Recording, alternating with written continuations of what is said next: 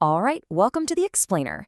Today we're tackling a big one. Why do so many customer relationship management projects, CRMs, just fail? It's a huge source of frustration for so many companies. And here's a little spoiler for you, it's almost never about the tech. Okay, let's just dive right in with a number that should really make you sit up and listen. Over 55%. That's the percentage of CRM implementations that are considered failures. I mean, think about that. It's more than a coin flip chance that this massive, super expensive project you're pouring everything into, not only will it fall short, but it could actually end up hurting your relationships with your customers. Yikes. So what's going on here? How can a tool that promises so much fall flat on its face so often?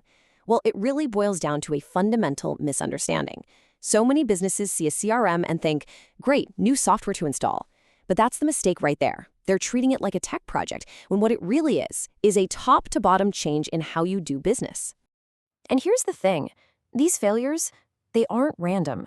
They almost always come from a handful of very common, very predictable roadblocks. You can almost think of them as traps, just waiting to derail even the best-laid plans. And we're not talking about little hiccups here. No. These are major, foundational problems that pop up right at the beginning, during the planning phase. And if you get this part wrong, well, you can just imagine the domino effect. Blown budgets, totally demoralized employees, angry customers. The whole thing just becomes this costly, disruptive mess. So to make sense of this, experts have actually broken these barriers down into a pretty neat framework, the 4 Ps. You've got process, perception, privacy, and politics. Now, they're all super important, don't get me wrong, but today we're going to laser focus on the very first one, and honestly, the most critical one, process. Because if you mess this one up, the entire project is basically built on quicksand. Which brings us right to the heart of the matter, the process problem. This is so often the hidden culprit, the real root cause behind why these things fail. It's kind of like the silent killer of CRM success. So what is the process barrier? Well, it's this fundamental clash that happens when a company invests in a sophisticated CRM, a platform that's built for repeatable, defined processes, only to realize that their own internal business processes are, well, a total mess. They're not defined, they can't be repeated. It's like buying a Formula One race car, built for a perfect smooth track, and then trying to drive it off-road through a swamp. The tool is amazing, but you've put it in an environment where it just cannot work. And this quote just hits the nail on the head, doesn't it? The tech is ready to go, but the business itself isn't. It's a classic case of getting excited about the shiny new toy and completely forgetting to do the hard internal work of figuring out how you actually operate and serve your customers first. Okay, so how do we fix this? Where do you even start? Well, it begins with a little re-education. We have to completely redefine what we mean when we say process in the world of CRM. Because believe me, it is not just about a simple workflow or a script for your support team. It's so much bigger than that. A real CRM process is the entire strategic approach to how you create and deliver value to your customers. Think of it like a finely tuned machine with all the different parts, sales, marketing, customer service, IT, all working together perfectly in sync with one single focus. Giving that customer an amazing, seamless experience. And that holistic approach, it's really built on a framework of 5 key processes that all feed into each other. You start with your high-level strategy development. Then you figure out your value creation. What are you actually delivering to the customer?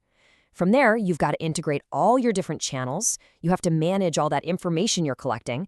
And finally, you have to constantly assess your performance to see what's working and what's not. That right there, that's the blueprint. All right, so what's the solution? What's the prescription here?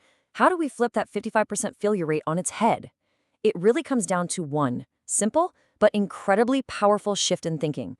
Put the process before the technology. Here's the crucial point, okay? Successful CRM isn't a tech project. It's a business strategy. You have to start by defining how you want to interact with your customers. How are you going to find them? How are you going to keep them? How are you going to make them happy? You map all that out first, and only when you have that crystal clear vision, then you go find the technology that helps you do it. The strategy has to lead, always. And this quote just says it all. The goal is to make sure your business processes are the ones driving the technology, not the other way around. Your tech should bend to fit your strategy. You shouldn't have to bend your strategy to fit the tech. Huge difference. Now get a load of this. This is maybe the most important slide of the whole presentation. When you break down what actually makes a CRM project successful, look at those numbers. People are 60%, process is 30%, and technology, it's just 10%. For a lot of people seeing this for the first time, this is a total mind bender. Because the technology, that little 10%, it's just an enabler. It's the tool. The real work, the heavy lifting, the other 90% that actually determines if you succeed or fail, that's all about aligning your people and your processes. That's the stuff that really matters. So we're going to leave you with one last question to really think about. And honestly, the answer to this could be the difference between success and failure for your next big project. So ask yourself this, for your own organization, does your technology serve your process, or does your process end up serving your technology? Really think about that, because the answer changes everything.